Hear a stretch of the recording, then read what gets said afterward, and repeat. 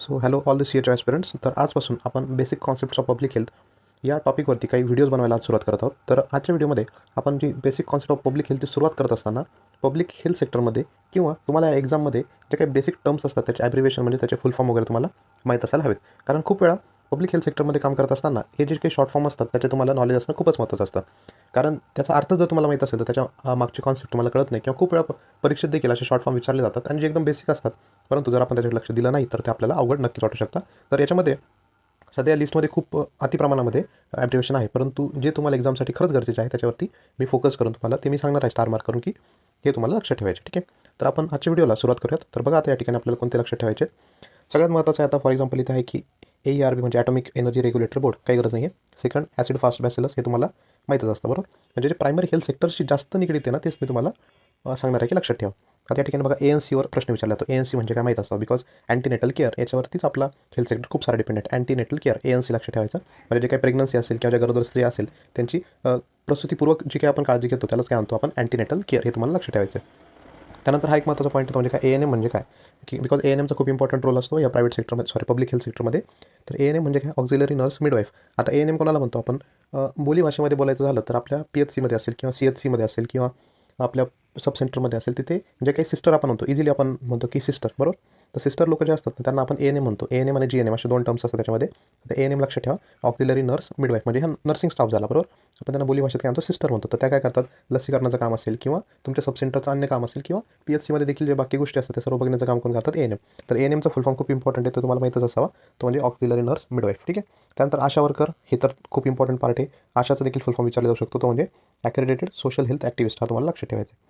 त्यानंतर आहे आयुष तर आपल्याला माहीतच आहे. जर तुम्ही BMSचे कॅन्डिडेट असाल किंवा युनानी असाल, होमिओपॅथ असाल, तर तुम्हाला आयुषचा फुल फॉर्म माहीतच आहे. ठीक आहे, आता BCC याच्यावरती काही जास्त प्रश्न विचारले जात नाही. Behavioural change communication. BISवर एवढा काही प्रश्न विचारले जात नाही. त्यानंतर इम्पॉर्टंट आहे ते म्हणजे BMW. ठीक आहे, BMW प्रश्न विचारले जातात. BMW ही काही आपल्याला इथे एखाद्या कारची कंपनी लक्षात न ठेवता BMW म्हणजे बायोमेडिकल वेस्ट हे लक्षात ठेवायचं आहे. आणि BMWM म्हणजे बायोमेडिकल वेस्ट मॅनेजमेंट, हे तुम्हाला लक्षात ठेवायचं आहे.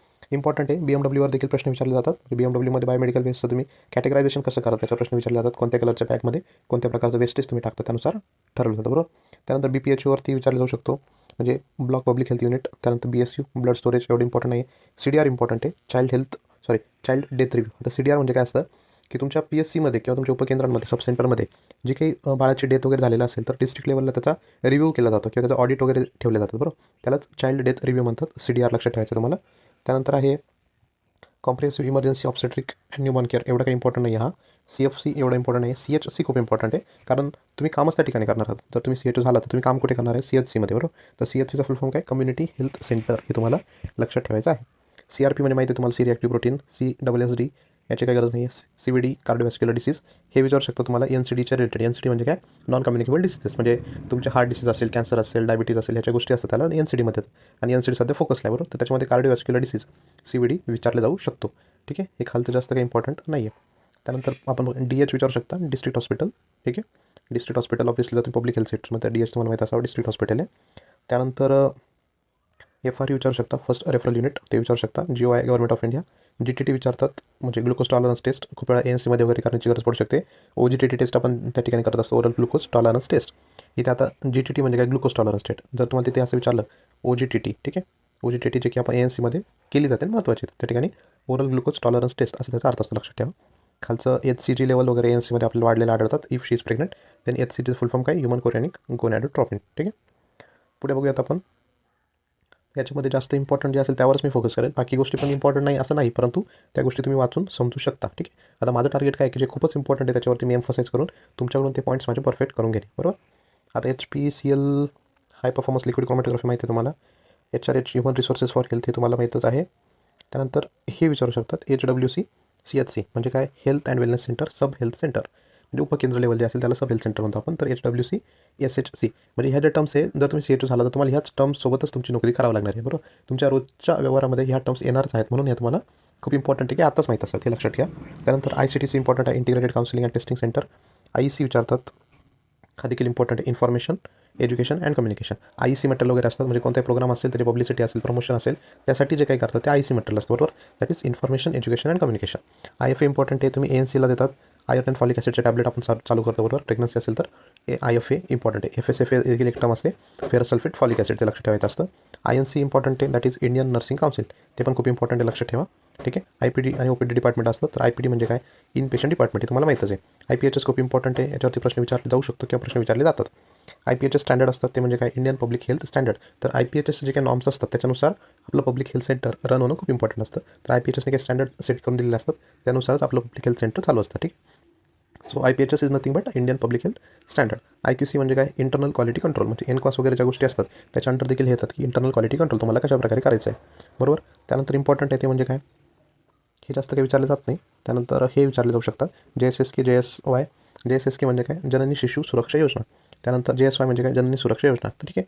तर ANC असेल किंवा बिलो पॉवर्टी लाईन असेल, ह्या स्त्रियांसाठी या योजना आपल्या माननीय प्रधानमंत्रींद्वारे किंवा गव्हर्नमेंट ऑफ इंडियाद्वारे या योजना राबवल्या जातात. त्याच्याबद्दल डिटेलमध्ये आपण बघूयात. सध्या आपण ॲब्रिव्हिएशन बघत आहोत. तर JSSKचा फुल फॉर्म आहे जननी शिशु सुरक्षा योजना. JSYचा अर्थ आहे जननी सुरक्षा योजना. ठीक आहे, सिंपल. आता लक्ष हे देखील इम्पॉर्टंट आहे, labour room quality improvement initiative, हे देखील विचारलं जाऊ शकतं. थोडं ऑड आहे आणि इम्पॉर्टंट आहे, त्यामुळे अशा गोष्टी एक्झामला विचारण्याचे चान्सेस नक्कीच जास्त असतात. LBW म्हणजे काय, क्रिकेटमध्ये होणार LBW नाही, इथे आहे लो बर्थ वेट, म्हणजे एखाद्या बाळाचं जन्मताच वजन कमी असेल त्याला LBW आपण म्हणतो. ठीक आहे. जसं आपण वरती CDR बघितला होता, म्हणजे चाइल्ड डेथ रिव्ह्यू बरोबर, तसं आता इथं काय LDR मध्ये काय, labour delivery and recovery room बरोबर. LHV, आता LHV म्हणजे काय, लेडी हेल्थ व्हिजिटर, हे PHC मध्ये एक पोस्ट असते. LHV याचे असतो हेल्थ असिस्टंट, आणि LHV असते that is lady health visitor, म्हणजे हे स्त्रियांसाठी हे एक वेगळं पद आहे. ठीक आहे, नावात असेल लेडी हेल्थ व्हिजिटर, हे तुम्हाला लक्ष ठेवायचं. त्यांचे रोल्स काय असतात, काम काय असतात, ते नंतर आपण बघूयात. ठीक आहे.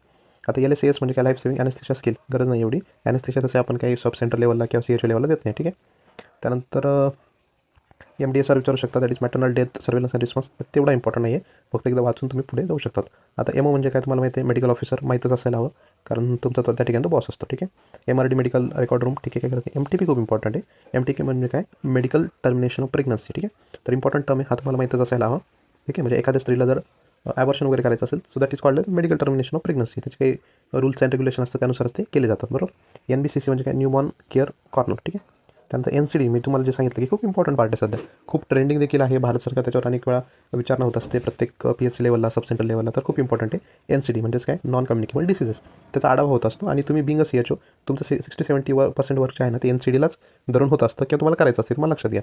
तुम्ही पुढे CHO झाल्यानंतर देखील तुम्हाला माझे वाक्य आठवतील की हो, सरांनी सांगितलं होतं की आपल्याला NCDमध्येच काम खूप जास्त करायचं, बिकॉज तुमचा रोल असतो आहे की प्रिव्हेंटिव्ह हेल्थमध्ये NCD, नॉन कम्युनिकेबल डिसीजेस, त्यांचा प्रसार जादा होऊ न देणं, ज्यांना असेल त्याचं डायग्नोसिस करणं आणि त्याची ट्रीटमेंट देणं बरोबर. हे तुमचा ॲज अ CHO रोल असतो. त्यामुळे NCDचा फुल फॉर्म तुम्हाला माहीतच असायला हवा, that is non communicable diseases. ठीक आहे. त्यानंतर आहे की नॅशनल डिझास्टर मॅनेजमेंट ऑथॉरिटी, तो देखील इम्पॉर्टंट आहे. त्यानंतर national iodine deficiency disorder control programme हा आहे NLEP. हे नॅशनल हेल्थ प्रोग्राममध्ये तुम्हाला हे शॉर्ट फॉर्म तर तिकडे देखील लर्न होऊन जातील बरोबर. तर आता NLEP म्हणजे काय, नॅशनल लेप्रसी इरॅडिकेशन प्रोग्राम बरोबर. त्यानंतर आहे नॅशनल हेल्थ मेंटल प्रोग्राम आहे, NPCD आहे, control of blindness and visual empowerment. ठीक आहे. अशा प्रकारे जेवढे काही नॅशनल हेल्थ प्रोग्राम असतील त्याचे देखील तुम्हाला शॉर्ट फॉर्म लर्न करायचे आहेत. आता हे सर्वच या ठिकाणी आपण मेन्शन केले आहेत बरोबर. तुम्हाला हवं असेल तर याची जी कॉपी आहे ती मी तुम्हाला Instagram पेजवर देखील आपली टाकेल, जेणेकरून तुम्ही हे रीड करू शकता, हे सर्व जे शॉर्ट फॉर्म आहेत ते. ठीक आहे. आता हे वाचून तुम्ही क्लिअर करा, एवढं काय त्याच्यामध्ये एक्सप्लेन करण्याची मला तरी गरज वाटत नाही. ठीक आहे. जे इम्पॉर्टंट ते मी तुम्हाला सांगतो. आता याच्यावरती प्रश्न विचारले जाऊ शकतो, नॅशनल अर्बन हेल्थ मिशन. ठीक आहे. त्यानंतर लक्षात ठेवायचं आहे तुम्हाला, पुढचे आपण काही शॉर्ट फॉर्म बघूयात. ठीक आहे. आता यामध्ये आहे RCH पोर्टल, खूप इम्पॉर्टंट आहे, त्याच्यावरती खूप वेळा प्रश्न विचारले जातात. RCHचा फुल फॉर्म आहे की रिप्रोडक्टिव्ह अँड चाइल्ड हेल्थ. ठीक आहे. खूपच इम्पॉर्टंट आहे. RKS इम्पॉर्टंट आहे, त्यांनी रोगी कल्याण समिती म्हटलं, त्यांच्याकडून थोडी चूक झाली, तर आपण रुग्ण कल्याण समिती म्हणत असतो, हे तुम्हाला लक्षात ठेवायचं आहे. ठीक आहे. त्यानंतर पुढचं आपण बघूयात SDH म्हणजे काय, की सब डिस्ट्रिक्ट हॉस्पिटल. एक मिनटं, हा इम्पॉर्टंट आहे, बिकॉज तुम्ही जे काही पेशंट रेफर करतात, जर तुम्ही PHCवरून पेशंट रेफर करत असाल तर तुम्ही पहिली जी स्टेज असते ना तुमची ती कोणती असते, की SDH म्हणजे सब डिस्ट्रिक्ट हॉस्पिटल तुम्ही पेशंट रेफर करता. त्यानंतर तो पेशंट तिथे जर ट्रीट झाला नाही तर तो सिव्हिल हॉस्पिटलला जात असतो. अशा प्रकारे त्या सिस्टीम असतात. ठीक आहे. SGOT SGPT तुम्हाला LFT, जे आपले जे काही लिव्हर फंक्शन टेस्ट आहे त्याचे कंपोनंट्स बरोबर. SOP. त्यानंतर UPHCवर प्रश्न विचारले जाऊ शकतो, that is urban primary health centre बरोबर. आता काही काही सिटीमध्ये देखील प्रायमरी हेल्थ सेंटर असतात, म्हणजे पॉप्युलेशन वाईज ते क्रायटेरिया वेगवेगळे आहेत, ते आपण सांगूयात पुढे. सध्या फुल फॉर्म लक्षात ठेवा, UPHC म्हणजे काय, अर्बन प्रायमरी हेल्थ सेंटर. ठीक आहे. तर अशा प्रकारे आपण लिस्ट ऑफ ॲब्रिव्हिएशन्स आता कवर केलेत सर्व, जे काही मेन होते. आता त्याही पलीकडे जर तुम्हाला वाटलं की सर्वच मला लर्न करायचे, तर ही फाईल आपण आपल्या Instagram पेजवर देखील आता टाकणार आहोत. ठीक आहे. तर तिथून तुम्ही हे रीड करू शकता, परंतु जे इम्पॉर्टंट होते की ज्याच्यावरती एम्फसाईज करणं गरजेचं होतं, ते मी आता आजच्या व्हिडिओमध्ये कवर केलं. ठीक आहे. बाकी पुढचे जे काही व्हिडिओ असतील त्याच्यामध्ये आपण आणखी डिटेलमध्ये पब्लिक हेल्थ सेंटरच्या डिटेलमध्ये आपण बघणार आहोत, की ज्याच्यावरती हमखास आणि शॉर्ट प्रश्न येतात म्हणजे येतातच. ठीक. तर अजून जर तुम्ही आपला CHOचा कोर्स परचेस केलेला नसेल तर कोर्स परचेस करण्यासाठी आपल्या डिस्क्रिप्शन बॉक्समध्ये डिटेल्स मी ऑलरेडी टाकलेले आहेत, तर तिथे जाऊन तुम्हाला आपला कोर्स परचेस करायचा आहे. आणि iRuCalc 500 हा कुपन कोड जर तुम्ही यूज केला तर तुम्हाला इन्स्टंट ₹500 ऑफ देखील मिळणार आहे. ठीक आहे, तर पुढच्या व्हिडिओमध्ये आपण पुन्हा भेटूयात. तोपर्यंत बाय बाय.